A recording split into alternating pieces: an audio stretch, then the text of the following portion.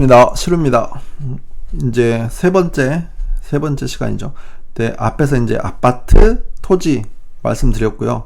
이번 시간에는 이제 4차 산업혁명 관련된 이야기를 잠깐 해볼까 합니다. 이름은 4차 산업혁명이라고 지었는데요. 내용은 해외 주식 관련된 내용입니다. 해외 주식. 이제 저는 해외 주식에도 관심을 가지는 게 이제 좋다고 생각해서 지금도 수익이 나면 그 수익 중에 일정 퍼센테이지는 해외 주식에 이제 투자를 하고 있거든요. 그래서 해외 주식을 어떻게 바라보면 좋은지 이제 잠깐 말씀드리도록 하겠습니다. 요즘 미국하고 중국의 무역 전쟁이 이제 한창입니다. 그래서 어떻게 될까? 그건데 이런 게 있어요. 그 EIU라는 기관에서 1년에 두 번 이렇게 10대 글로벌 리스크라는 자료를 발표를 합니다. 그래서 이게 보면 이게 가장 최근 거거든요. 올해 8월, 7월, 그러니까 18년 7월에 나온 건데 이렇게 보면 미국 보호무역주의 강화에 따른 세계 무역 침체죠. 그 다음 올해 1월에도 1등이 보호무역주의 부상에 따른 세계 무역 침체 이거였죠.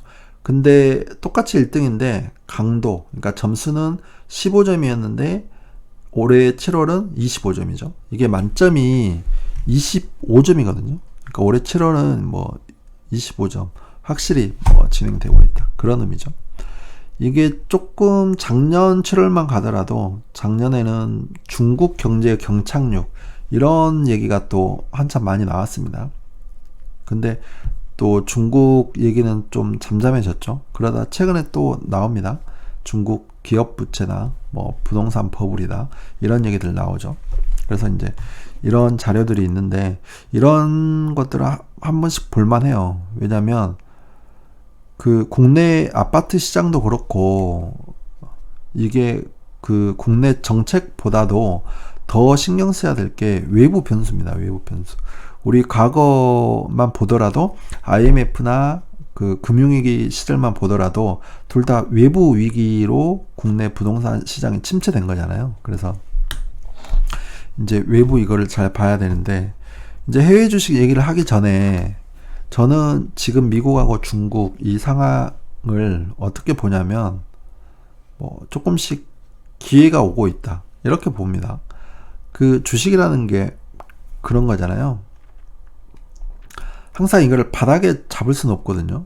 바닥에 잡을 수는 없고 또 이렇게 지금 중국 같은 경우도 하락하고 있고 미국도 분위기가 썩 좋지는 않고 그런 건데 이렇게 안 좋아지고 있다라는 건 조금씩 이렇게 더 떨어질 수도 있고 더 떨어진다는 건 조금이라도 더 싸게 살 수 있다라는 거잖아요.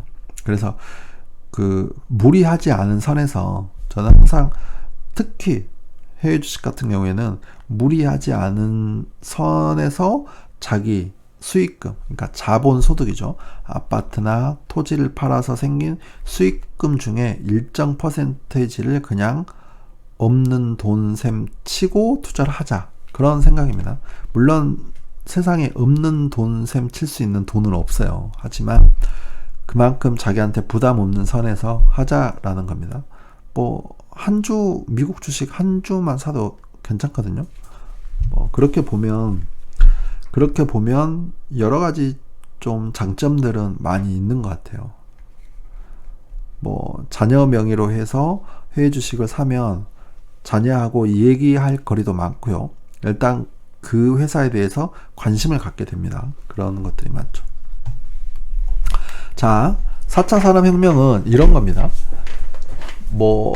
누군가 여러분들께 4차 산업혁명이 뭐야? 이렇게 물어봤을 때 어떻게 대답하시겠어요? 빅데이터다, 인공지능이다. 다 맞는 말이죠. 근데 그게 4차 산업혁명의 정의는 아니겠죠. 일부겠죠, 일부. 근데 보면 제가 생각하는 4차 산업혁명의 정의 중 가장 마음에 와닿는 건 이민하 원장님께서 이야기하신 이거였어요. 현실과 가상이 인간을 중심으로 융합하는 것이다. 그런 거죠. 그러니까 현실과 가상을 묶는데 인간을 중심으로 묶는다는 거죠. 그래서 이제 4차 산업혁명은 이런 단계를 걷는 거죠. 데이터를 수집하고 이거를 저장 분석합니다. 빅데이터화 하는 거죠. 그 다음 인공지능을 통해서 가치를 창출하는 거죠. 그런 다음 최적화, 현실 세계에 적용을 하는 거죠. 이거 한번 볼까요? 이거는 캐터필러라는 회사입니다. 세계적인 중장비 회사죠. 근데 얘가 어떻게 하냐면 각 부품에다가 센서를 달아요. 센서를 달아가지고 그 정보를 취합합니다. 그러니까 보면 이런 거죠. 데이터를 수집하죠. 센서를 달아서 그 부품의 마모 정도 이런 거를 수집하는 거죠. 이거를 저장하죠. 분석합니다. 얘는 이 부품은 10,000시간을 사용할 수 있는데 지금 한 9,000시간 정도를 사용했으니까 앞으로 한 달 후면 이게 뭐 교체를 해줘야 되겠네. 이런 식으로 분석을 하는 거죠. 그걸 다 빅데이터화 한다는 거죠. 그래서 가치를 창출합니다. 어떻게? 고장 나기 전에 미리 가서 부품을 바꿔주는 거죠. 그러면 이 중장비는 고장 나는 경우가 없이 계속 이제 현장에 투입을 할 수 있는 거죠. 큰 공사 현장 같은 경우에는 이 부품 고장으로 이 장비가 며칠만 일을 못해도 그 타격이 굉장히 클 거 아니에요. 그렇게 하는 겁니다. 그래서 그런 가치를 창출하고 최적화하는 거죠. 어떻게? 고장 없이 고장 나기 전에 미리미리 수리를 해줘서 고장 없이 뭐 공사 기간을 맞출 수 있다. 그런 거죠. 이거는 이제 비단 캐터필러만의 얘기는 아니고 뭐 GM 같은 데는 항공기 엔진 쪽에도 하는 거죠. 그런 겁니다. 자, 유니콘이라는 게 있죠. 유니콘. 이렇게 원래는 뿌리 하나 달린 말을 얘기하는데 기업에서는 시가총액 1조 원인 이런 비상장 기업을 유니콘이라고 합니다. 유니콘. 근데 이게 특이한 게 보면 2014년을 기준으로 해가지고 그 전과 그 후가 확연히 나뉘어지죠. 그 전에는 이렇게 뭐 6개월에 한 번, 분기에 한 번 이렇게 나왔다면 2014년 이후에는 이렇게 거의 매주 한 번씩 이렇게 나옵니다. 근데 우리나라에는 유니콘이 몇 개나 있을까요? 우리나라에는 3군데가 있죠. 3군데. 지금은 이제 저 중에서 하나가 줄고 다른 게 하나가 들어왔더라고요.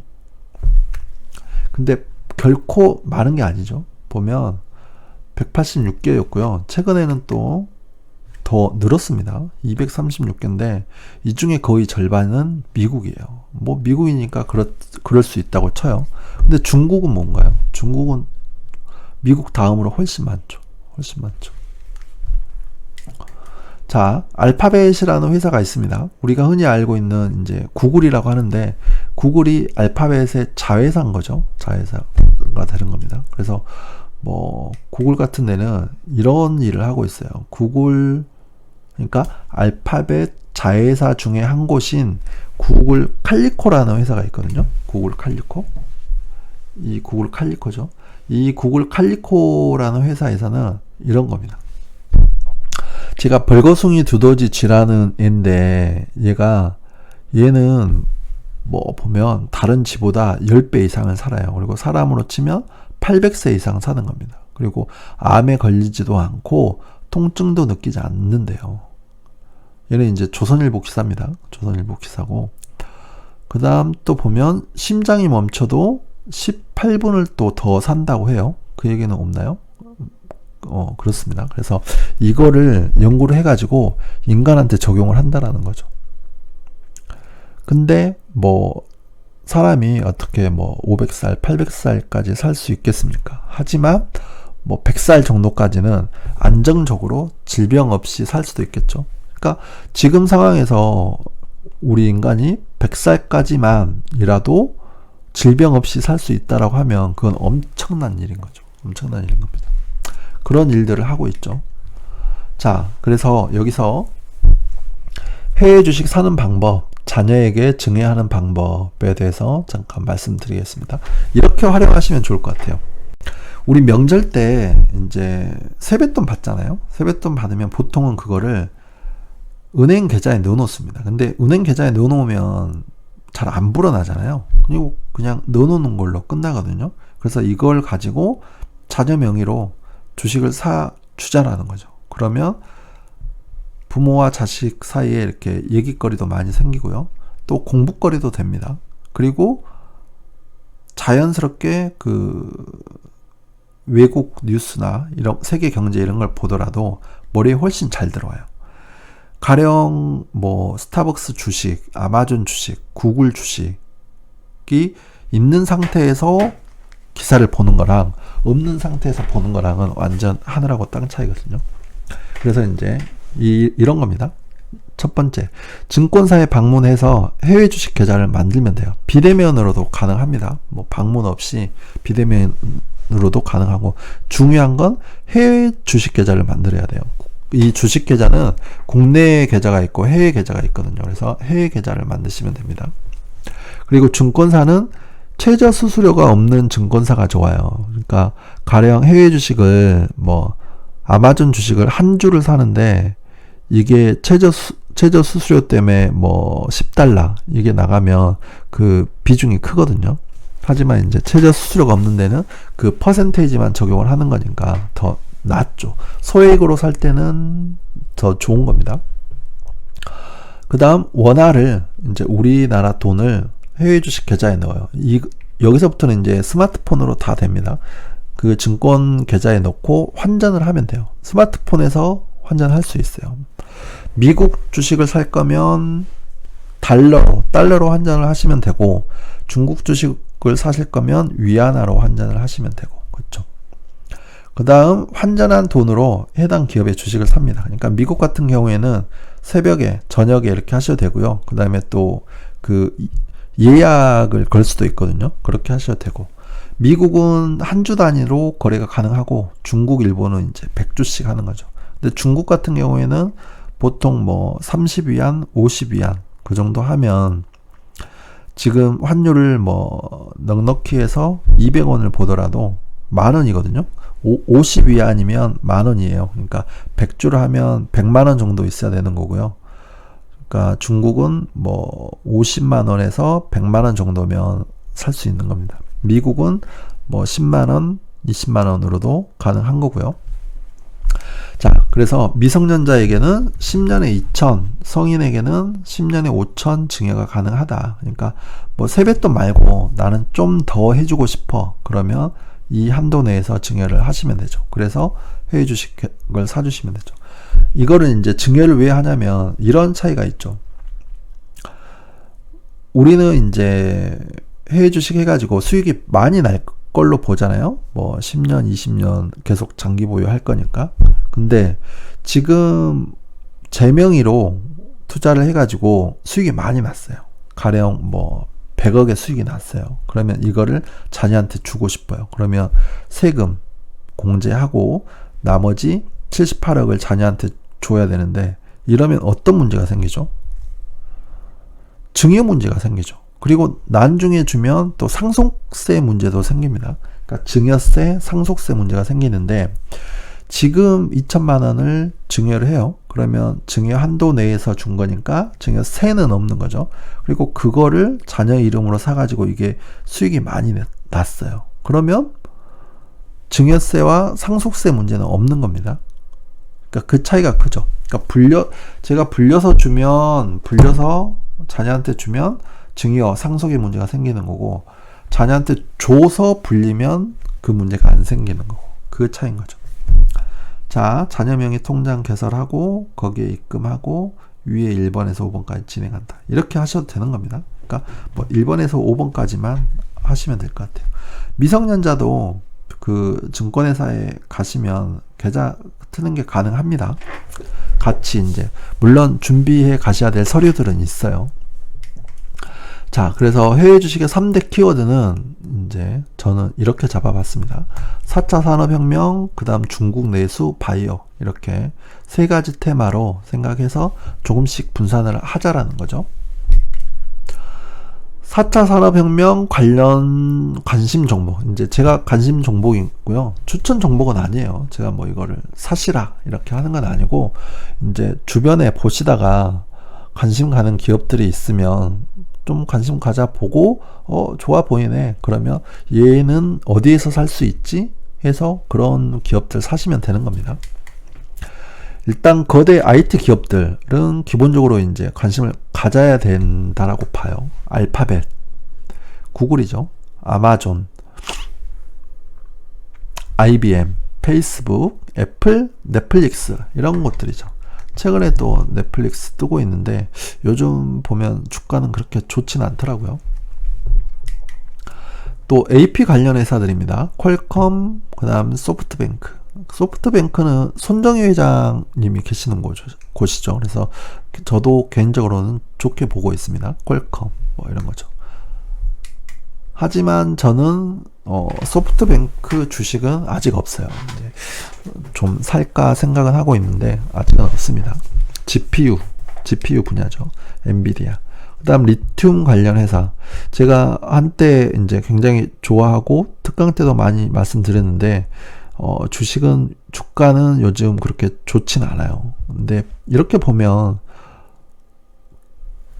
뭐 앞에서도 말씀드렸지만 재테크의 기본은 반복한다는 거잖아요. 순환한다는 겁니다. 영원히 떨어지지도 않고 계속 오르지도 않고 또 뭐 떨어지면 오르기도 하고 그런 거죠. 그래서 관심 가져 보면 좋을 것 같아요. 그 다음 CMOS입니다. 카메라. 사람으로 치면 사람 눈에 해당하는 게 CMOS인데 소니가 이제 CMOS 때문에 거의 부활을 하고 있죠. 컨텐츠 관련 넷플릭스죠. 그 다음 중국 내수입니다.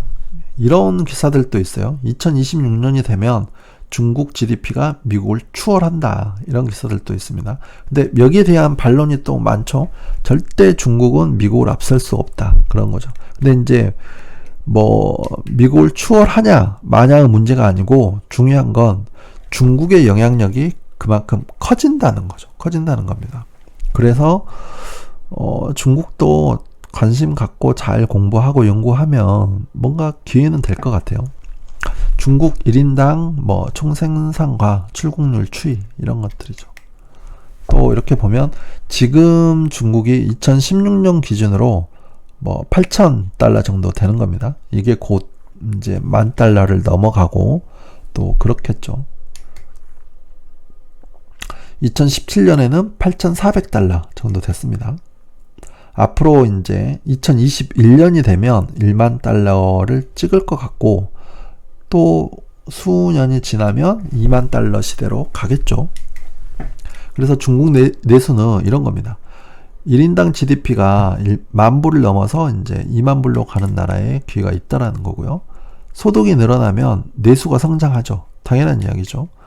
또 잘 나가는 자국 기업이 있는지 없는지 그런 차이죠. 베트남이나 인도는 또 잘 나가는 기업이 적거나 또 없다. 그런 차이인 거죠. 그러니까 뭐 베트남, 인도도 좋은데 그래도 안정적인 거나 확률로 보면 중국이 좀 더 낫지 않나. 이제 저는 그렇게 봅니다.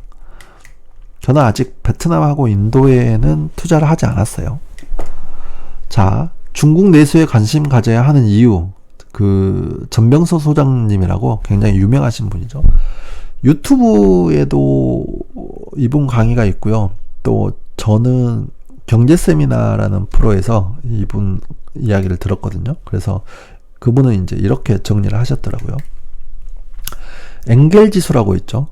그 전체 중에 식료품비가 차지하는 비중. 그래서 이게 내려가면 내려갈수록 그 선진국이다. 이렇게 보는 거죠. 왜냐하면 못 살수록 이제 먹고 사는 문제가 큰 비중을 차지하는 거잖아요. 그래서 엥겔 지수가 30 이하로 내려가면 내수가 폭발한대요. 근데 중국이 작년에 29%였답니다. 깜짝 놀랐죠. 가계 소득이 자동차 한 대 값에 이르면 내수가 폭발한다. 이런 겁니다. 우리나라는 이제 90년대 초반에 그랬다는 거죠. 그래서 IMF를 거치고 계속 내수가 성장하고 있죠. 중국은 5년 안에 4억 명이 이 단계에 이른다고 해요. 그러니까 엄청난 거죠. 4억 명. 말이 4억 명이지 우리나라 8개가 있는 거죠. 5천만 잡으면 8개잖아요. 이래저래 이제 중국 내수 성장은 확실히 다가올 미래다. 그래서 어떻게 해야 된다? 준비해야 된다. 어떻게? 자녀 세뱃돈으로. 그러니까 아직 뭐 크리스마스도 남고 설날은 좀 멀긴 했는데 설날하고 추석 때 이제 열심히 세배를 시켜야 되겠죠. 자, 역시 중국 내수 관련된 것들입니다. 뭐 상해 가와연합, 중국 화장품 회사들 중에 이제 제일 상위에 있는 회사죠. 사람이 $10,000를 넘으면 화장을 한대요. 뭐 물론 그게 안 돼도 화장을 하는데 이제 GDP가 10,000을 넘으면 그 보편적으로 화장을 한다라는 거죠. 그러면 당연히 이제 수요가 늘겠죠. 우유 마찬가지죠. 중국 얼마나 많습니까? 유제품. 근데 유제품을 꼭 우유 형태로 마시는 건 아니죠. 앞으로 소득이 늘어나고 내수가 살면 라떼, 카페 라떼 뭐 이런 것들, 커피에도 우유 많이 들어갑니다. 그 다음 텐센트, 뭐 돈 되는 건 다 하죠. 텐센트는 정말 다예요. 뭘 다 합니다. 소득이 늘면 또 군것질 한다. 강사몰딩스, 우리나라로 치면 농심 같은 그런 회사입니다. MSG 없이는 못 산다. 해천미업, 미원 이런 회사죠. 그런 중국의 미원 이런 회사입니다. 그 다음 바이오입니다. 바이오. 우리나라 평균 수명이 엄청 늘고 있죠. 늘고 있습니다. 그래서 뭐 게놈 지도 완성 이런 것도 있고요. 또 미국에는 23andMe라는 회사가 그 유전자를 커팅해서 붙이는 이런 기술도 있어요. 근데 이게 지금도 가능하거든요. 그러니까 부모의 좋은 점만 담게 해서 자녀를 태어나게 하는 거죠. 근데 상용화는 이제 가격 문제 때문에 아직 뭐 잘 되고 있지는 않은데 앞으로 이제 가격이 점점 다운되면 그 바이오 혁명이라고 할 만큼 엄청난 일이 벌어진다는 겁니다. 그래서 바이오 측면에서 보면 지구의 인구는 이제 계속 늘어나죠. 늘어납니다. 우리나라는 줄죠. 지구 인구는 2015년에 73억 2천만 명, 2060년이 되면 거의 100억 명으로 됩니다. 우리는 이제 5,100만 명에서 정점을 찍고 2060년이 되면 4,400만으로 감소할 전망이죠. 그러니까 그 앞에서도 아파트 이야기를 할 때 인구는 줄어도 뭐 아파트 가격은 상승한다 그런 얘기를 잠깐 했었는데 이걸 좀 더 늘려서 보면 꼭 그렇지는 않겠죠. 2060년이 되면 4,400만인데 지금보다 비교하면 그 아파트 투자 여건이 좋지는 않을 겁니다. 그때는 이제 핵심 지역만 살아남겠죠. 뭐 서울에서도 외곽보다는 중심부, 뭐 지방광역시에서도 외곽보다는 중심부. 그러니까 뭐 길게 20년, 30년을 보면 아파트 투자 환경은 분명 좋진 않아요. 그래서 하지만 이제 그거는 그때 가서 생각할 일이고 지금은 작게는 2년에서 좀 길어도 8년에서 10년이니까 그때까지는 이제 아파트도 뭐 비교적 안전하다고 보는 겁니다. 자, 우리나라 인구는 줄지만 세계 인구는 늘어난다. 그래서 어떻게 되냐? 인간 수명은 갈수록 늘어나잖아요. 늘어납니다. 그러면 늘어날수록 어떤 일이 생기나요? 늘어날수록 오래 살수록 행복인가요? 우리는 이제 오래 살수록 행복이 되게끔 준비를 해야 되는 거죠. 근데 보편적으로 보면 인간 수명이 늘어날수록 의료비 지출이 커질 수밖에 없죠. 약값 많이 들어갑니다. 약값 얼마나 많이 들어가나요? 그러니까. 자, 바이오 기업의 수입은 안정적으로 늘어난다. 그렇죠. 이제 주 수입원이니까. 그래서 이런 바이오 기업들에도 관심을 가져야 된다. 그런 얘기입니다. 다국적 제약회사죠. 이렇게 보면 순위가 이렇게 매년 나와요. 그래서 이런 회사들, 노바티스, 존슨앤존스, 화이자, 사노피, 또 중국에는 항서제약이라는 회사가 있죠. 또 복성제약이라는 이 두 회사가 1, 2위를 또 가고 있죠. 그래서 이런 회사들에 관심을 가져보시는 것도 좋을 것 같아요. 자, 추천 도서 카페입니다. 4차 산업혁명으로 가는 길, 이민아 원장님의 도서죠. 책입니다. 그리고 유튜브에도 검색해 보시면 이민아 원장님 강의는 많이 있어요. 근데 내용이 굉장히 좋습니다. 그 다음 4차 산업혁명 시대의 투자의 미래, 조던님이죠. 조던이라는 필명을 쓰고 계시죠. 블록체인 혁명, 이게 이제 17년 초인가 나왔는데 블록체인에 관한 내용이죠. 뭐 보통 블록체인 하면 비트코인 해서 가상화폐, 암호화폐를 이야기하는데, 암호화폐는 블록체인이라는 엄청난 큰 기술의 극히 일부인 거죠. 일부인 겁니다. 그래서 이 블록체인 기술은 알면 알수록 굉장히 매력적이에요. 또 정영재 님이 쓰신 중국 주식 저평가된 강한 기업에 투자하라, 이런 책도 있죠. 뭐 중국 관련 책들은 되게 많아요. 되게 많은데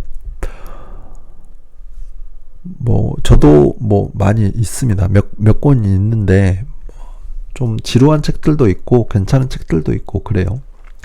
자, 네이버 카페에 보면 또 증경투라는 카페가 있죠. 다음 카페는 그 조던님의 부자연구소라는 카페가 있습니다. 그 다음 추천 강의입니다. 다 유튜브에서 볼 수 있는 것들이에요. 박경철 시골의사라는 필명을 쓰고 계시죠. 그 최근에는 뭐 그리스 그 여행 골목 다니고 있다고 그 얘기를 들은 것 같습니다. 지금은 어떻게 지내시는지는 좀 궁금합니다.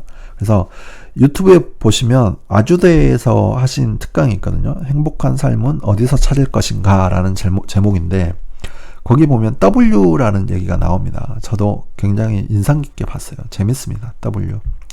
제레미 리프킨의 또 뭐 그런 얘기도 다른 데서 나오고요. 그 다음에 이민아 교수님 특강 4차 산업혁명으로 가는 길 있죠. 역시 유튜브에 있습니다. 그 다음 강민구 법원장님의 혁신의 길목에선 우리의 자세, 이 강의도 굉장히 좋아요. 좋습니다. 다 유튜브에 있고요. 그 다음 김영익 서강대 교수님의 강의도 좋고요. 뭐 좋은 강의들이 너무 많습니다. 또 졸리 메리츠 화재 대표님이죠. 그분 강의도 굉장히 좋아요. 어떻게 보면 제가 이제 해외 주식 하게 된 동기도 그 존리 대표님 강의를 듣고 해야 되겠다라고 생각을 했었죠. 자, 그 다음 KBS 라디오 콩을 까시면 이 경제 세미나라는 프로를 볼 수 있거든요. 엄청 좋습니다. 다시 듣기로 하면 3개월까지 다 들을 수 있죠. 그래서 이게 그 우리나라 유명한 교수님 또 전문가 분들의 세미나 그 강의를 녹취를 떠서 토요일 오전 11시에 이렇게 보내주는 프로그램인데, 들어보면 회당 뭐 5만원에서 10만원 정도의 가치는 있는 것 같아요. 저도 2번, 3번 들은 두 번, 세 번 들은 강의들도 있습니다. 굉장히 좋죠. 경제투데이라는 프로도 좋습니다. 자, 그래서 투자 방법을 한번 정리를 해보겠습니다. 투자 방법을 정리를 해보면, 아파트 투자는 반드시 관심 가져야 됩니다. 왜냐면 2년이나 4년 내에 큰 수익을 얻을 수 있어요. 아파트는. 왜냐면 뭐 무주택이라고 하면 조정지역이 아닌 곳에서는 2년만 보유하면 되잖아요. 또 조정지역이라고 해도 2년 거주하면 또 비과세가 되고 하니까. 또 투자자라고 하면 1년만 보유하면 되거든요. 물론 조정지역은 또 얘기가 달라지지만, 종잣돈이 많지 않다면 토지 소액 투자로 종잣돈을 빌리는 게 좋습니다. 뭐 한 500만 원 있어요. 근데 이거를 누군가 그러던데, 재테크를 하려면 뭐 한 3천에서 5천은 있어야 돼 라고 해서 지금 500이 있는데 4,500을 더 만들기 위해서 뭐 적금을 든다거나 그런 것보다는 지금 500이 있으면 그 500으로 할 수 있는 거를 찾아보는 게 더 낫다라는 거죠. 토지로도 가능하고요. 경우에 따라서는 아파트도 가능합니다.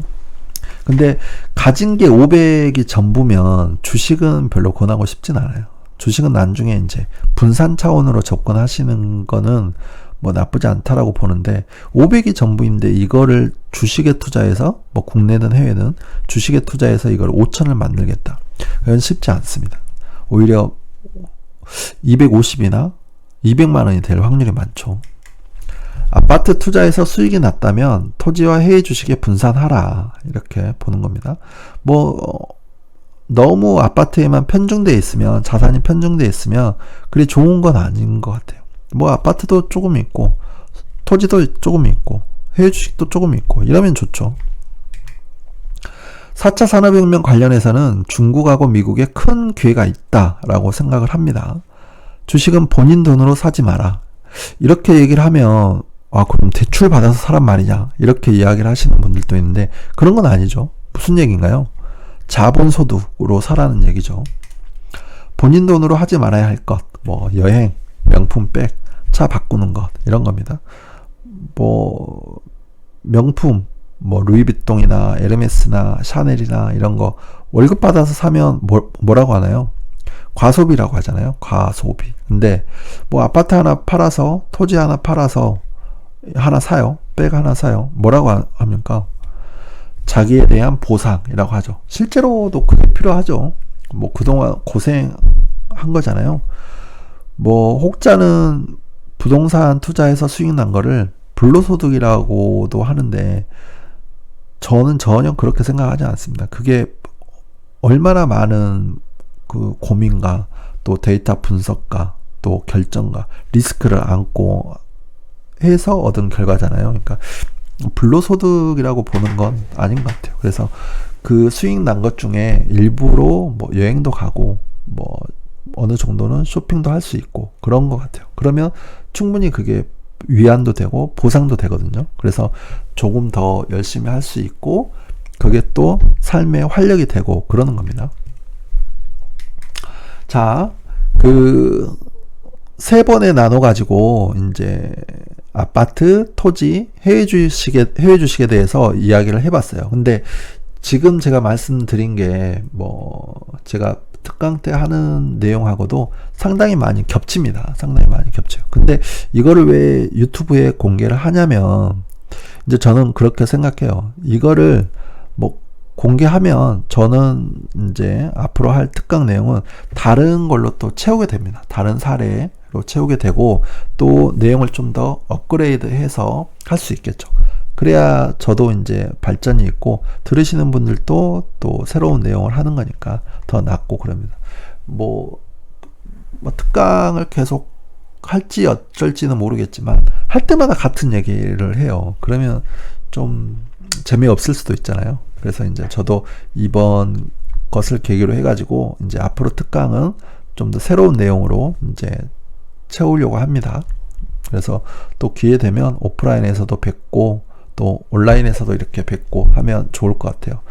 이제 저는 유튜브를 이제 이렇게 할까 해요. 오늘 특강한 게 뼈대가 있잖아요. 아파트, 토지, 해외 주식 이렇게 뼈대가 있는데 이게 특강 한 2시간, 3시간 듣고는 이게 어렵거든요. 그래서 조금 더 세부적인 내용, 그 다음에 그 내용을 이해하기 위해서 필요한 기본 지식 같은 것들을 이제 주기적으로 만들어 볼까 합니다. 그러면 전체적인 틀이 있고 여기에 나눠진 것들이 세부적으로 나눠지니까 계속 보시면 유용하실 것 같아요.